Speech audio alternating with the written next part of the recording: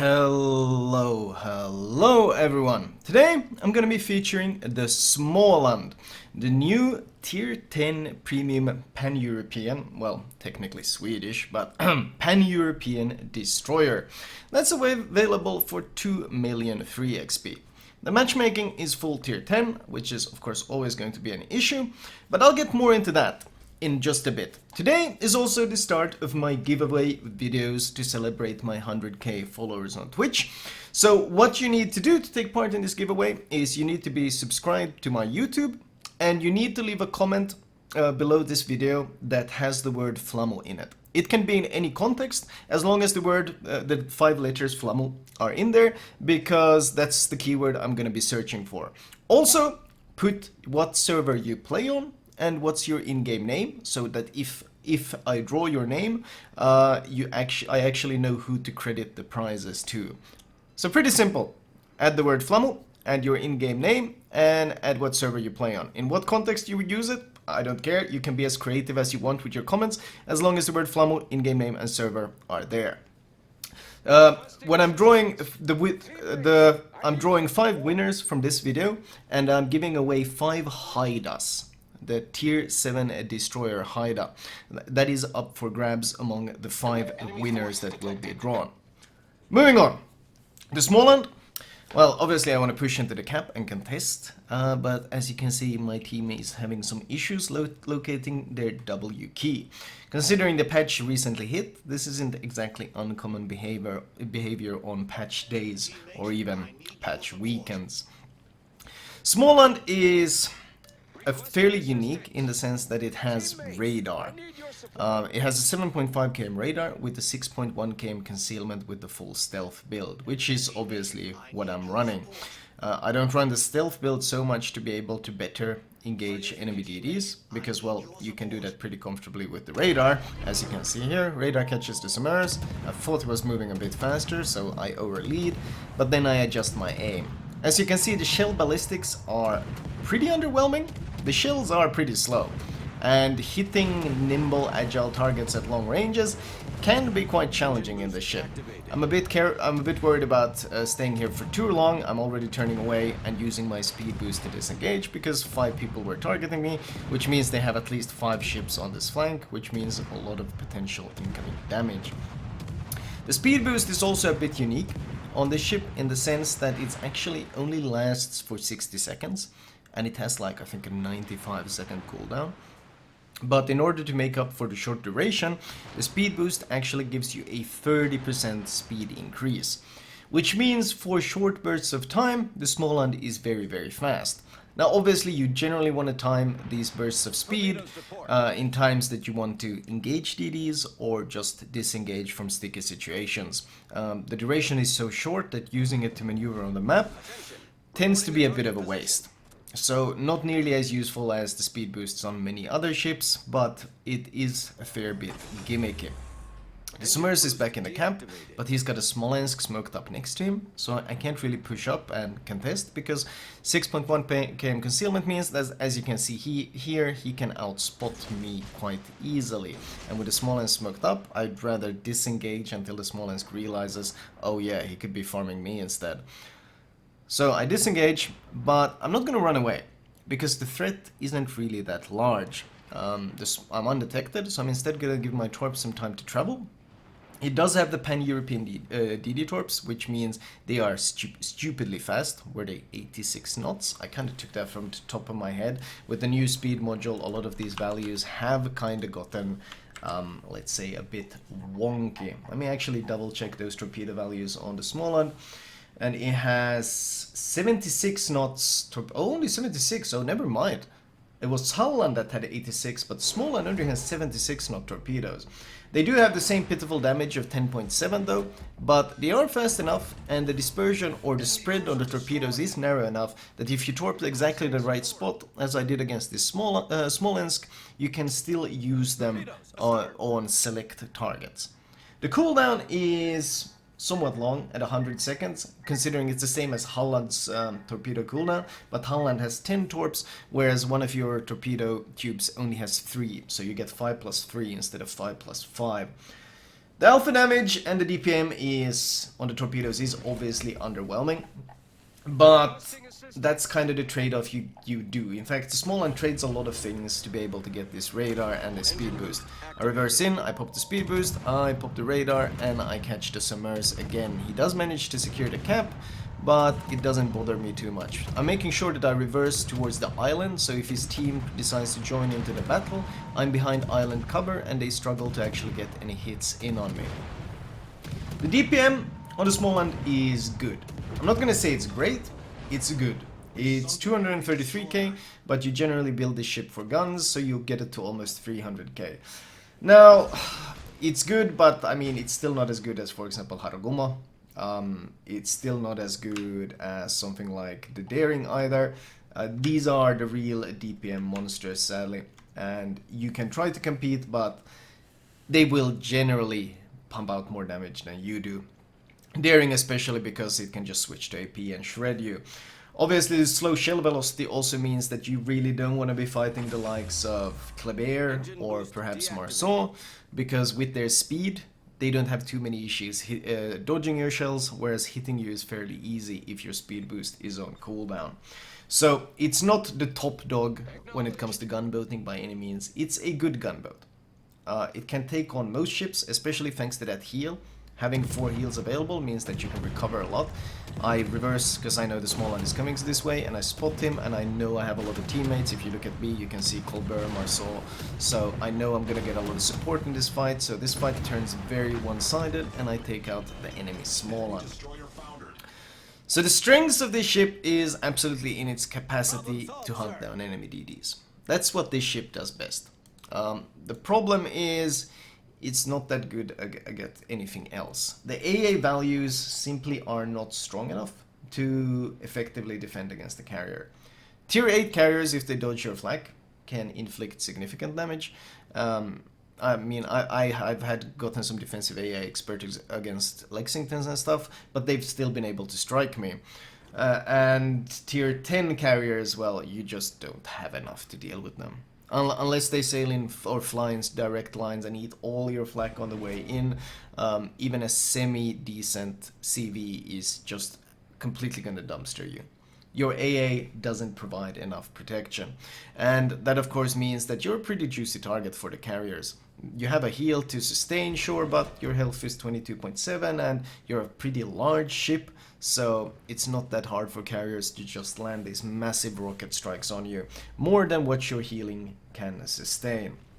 So no smoke is a big weakness here. I understand why they didn't give it smoke though, of course, because it has that radar, but still very, very questionable. Still very, very questionable. I sit in the cap, looking at what my teammates are doing. I secure the cap and I once again pop that super speed boost. It's very useful for these quick acceleration stop kind of maneuvers. You saw how quickly I accelerated to 35 knots.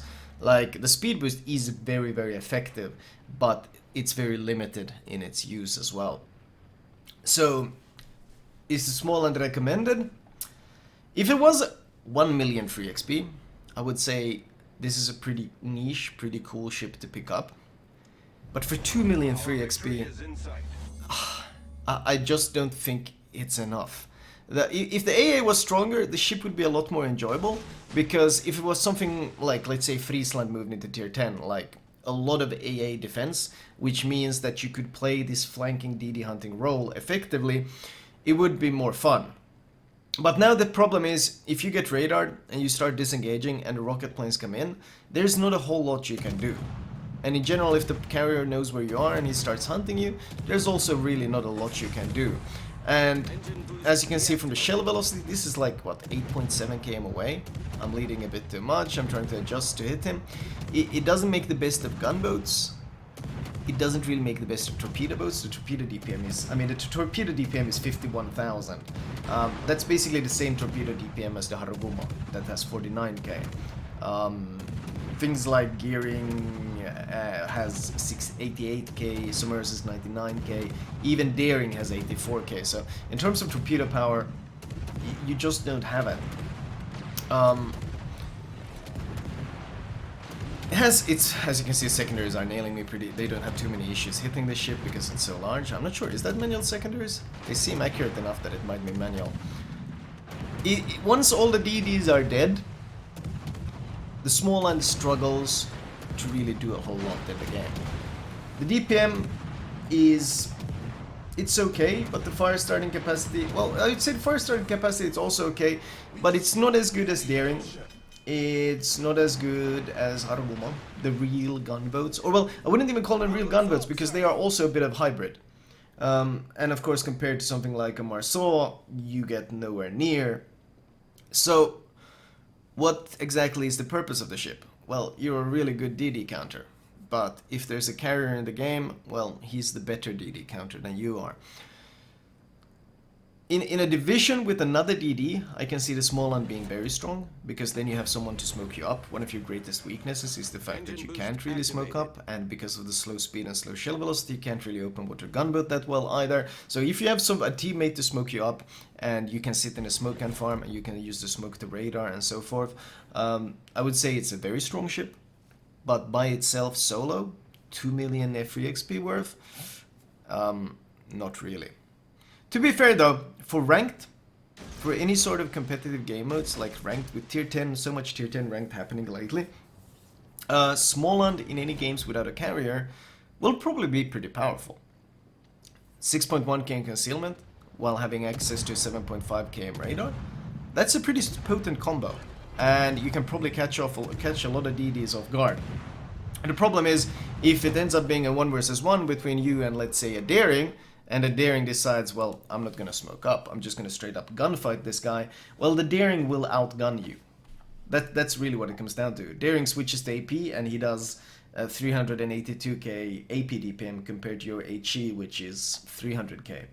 So he will heavily outgun you. Add in the fact that the Småland only has 19.2k health, the Daring has more health, and once your radar runs out, or well, even if you don't even need it, because he's got a heal as well, he's got better firing angles as well. You only have 2 turrets, so you have to give a fair bit of broadside, which means of course Daring can always use AP on you, or he can just go nose in himself to mitigate the incoming damage. Like, it's very hard to justify getting the Småland, especially now with the IFHE changes, turning the Daring into probably one of the best DDs in the game. When you no longer need IFHE on Daring, you open up flexibility of things like speccing RPF, or just building just building some additional whatever you honestly want. You can even build AFT on the Daring these days if you want. You got so much flexibility on it. A bit unfair, of course, to compare the Småland to one of basically the best DD in the game, but it's supposed to be a hybrid gunboat with heavy focus on guns, and there's already a much better one that you can access in the tech tree. And the difference between this one and the Daring is that the Daring has access to hydro, and more importantly, it has access to smoke, which means, and fast technique smokes, which means it has some sort of defense against carriers. I think Småland would have been more enjoyable if the AA was strong enough to actively defend yourself, kind of the same way Friesland can. Friesland can punish a carrier going for it quite heavily. It can't perfectly defend itself against the tier 10, of course, but it's only a tier 9, so you shouldn't expect that. But on the Småland, I think they easily could have given this ship very strong AA, and it would have made the ship given it more freedom on the map, because that's what the Småland needs. It needs freedom on the map to go hunt down enemy DDs and use its radar to full effectiveness. I would have liked to seen that, but sadly in its current state, it's a good ship, don't get me wrong, but I don't think it's a 2 million free XP worth ship. Not when you can get the Friesland and have a lot of fun at tier 9. You can get the Alaska and have a lot of fun at tier 9, and these ships cost half of what the Småland costs. My simple judgment would be that the Småland is overpriced. Especially since I think the Halland is actually much more fun to play than the Småland, and you can soon get the Halland just by grinding the pan-European tech tree. This game ended though. 4 kills. I was about to get my Kraken there, but the Yamato devastated the Yoshino before my Torps could kill him. Unfortunate. Team score wise, we racked up 2.5k base. And of course, not surprising considering we did our job, which was we shredded their DDs. We shredded the Summers and we shredded the Småland. We also got some torps in on the Smolensk and we added a bit of DPM on some other ships. In fact, looking at the detailed report, 4 torps, 31k, most of that was on the Smolensk. The torps really, I mean, if you land them all, they do some decent damage, but with 10.7k alpha against something like a Yamato torpedo belt, that mitigates half of it, you're gonna need to land a lot more torpedoes than 8 to manage to sink him. More importantly, the floodings are probably your... Floodings and fire are more important than the actual torpedo alpha damage. Potential damage, 1 million. A bit of damage upon your spotting, tanked about 24k. This ship is pretty fun when there's no carrier, but sadly, that's something that you can say about a lot of DDs in the game.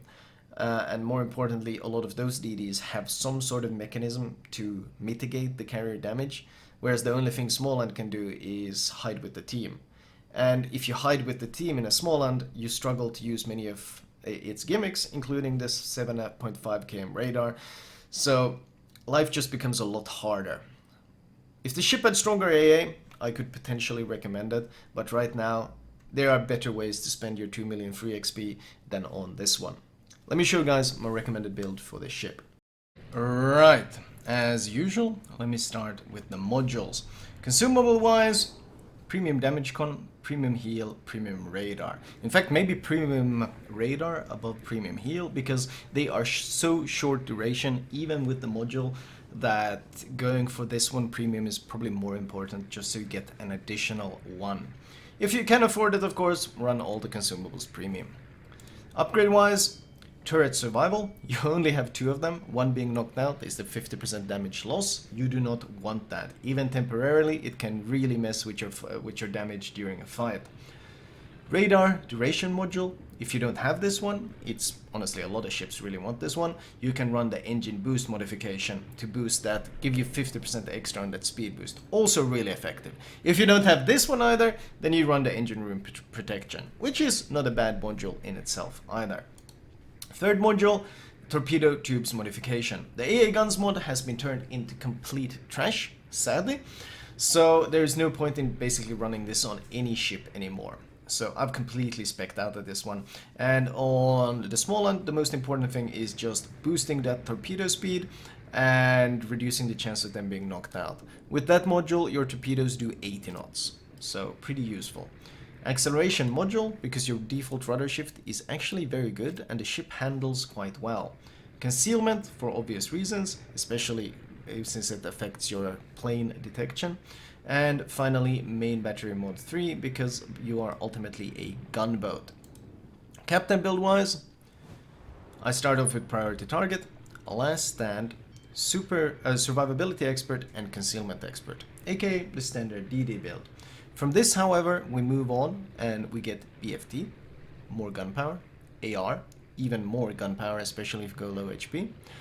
Superintendent, give yourself an extra heal, give you a radar, give you a speed boost, all very useful. And finally, with the last point, we put it into preventive maintenance to once again, most importantly, reduce the risk of those guns being knocked out. Because the armor on them isn't really that special, it's only 6mm, so any stray HE shell has a good chance of knocking this out. So trying to keep them alive, especially when you're 1 versus 1 other DDs, is very important. But I mean, if you just look at the size of this thing, you realize that this is in fact a fairly large DD. In fact, switching to something like the Yugumo gives you some idea of just how high above the water the Småland sits. If you look at the basically waterline to deck level, and then you look at the Småland, and you see that this is a lot of surface area to shoot. And this combined with the default speed of 36.8, and note that this is with a flag, this is with a speed flag. Oh, I forgot to cover the flags. Speed flag, detonation, healing, fire chance on the guns, faster consumables. Those are the ones I highly recommend. The last ones are kind of flavor. I like extra flooding chance, because if you get a flooding, the damage con, you can get fires, and of course improved AA for obvious reasons, even if it doesn't do much. Moving on though, as I was saying, the ship is fairly large and it's not really that speedy, and your guns aren't really that fast, so open water gunboating is very, very sketchy in the Småland. I see it having a role in divisions, especially with another DD, and I see it potentially being quite strong in ranked, as long as there's not a carrier around, because, well, DD, just like the black used to be very strong, the Småland is also kinda strong. It's not nearly as good as the black, because you gotta remember the USS Black has smoke. The USS Black can smoke up and then radar, which means it renders itself immune to incoming damage, while at the same time spotting the enemy ship and pouring damage in on him while enabling his team to pour in damage on him. The Småland doesn't have this luxury. Sure, you can just radar and not shoot, and hope your team gets some damage in during those 19 seconds. I say 19 seconds because you gotta remember, once you radar, it takes 5 seconds before your teammates can shoot him. So hope you get some damage in during those 19 seconds, or team gets some damage in, or alternatively, open up yourself, but then put yourself at a significant risk of incoming fire yourself in a fairly large ship. Time it well with speed boost and you can mitigate this, but ultimately there are still some obvious issues. I would not recommend using free XP on the Småland, because there's just so many better targets to use free XP on, and considering there's a fair bit of new ships coming out that we don't know too much about yet, it's not a bad ship, but I think it's an overpriced ship. Anyway, that was all for me. I hope you guys enjoyed it. Thank you for watching, as always, and good luck to the guys taking part in the giveaway. Final reminder, I will be posting 3 vids during this weekend. This is the first of them. You need to be subscribed to the channel, you need to type Flamu in the comments in any context, and you need to include your in-game name and what server you play on to take part in this giveaway. I wish you guys the best of luck, and I'll see you guys next time.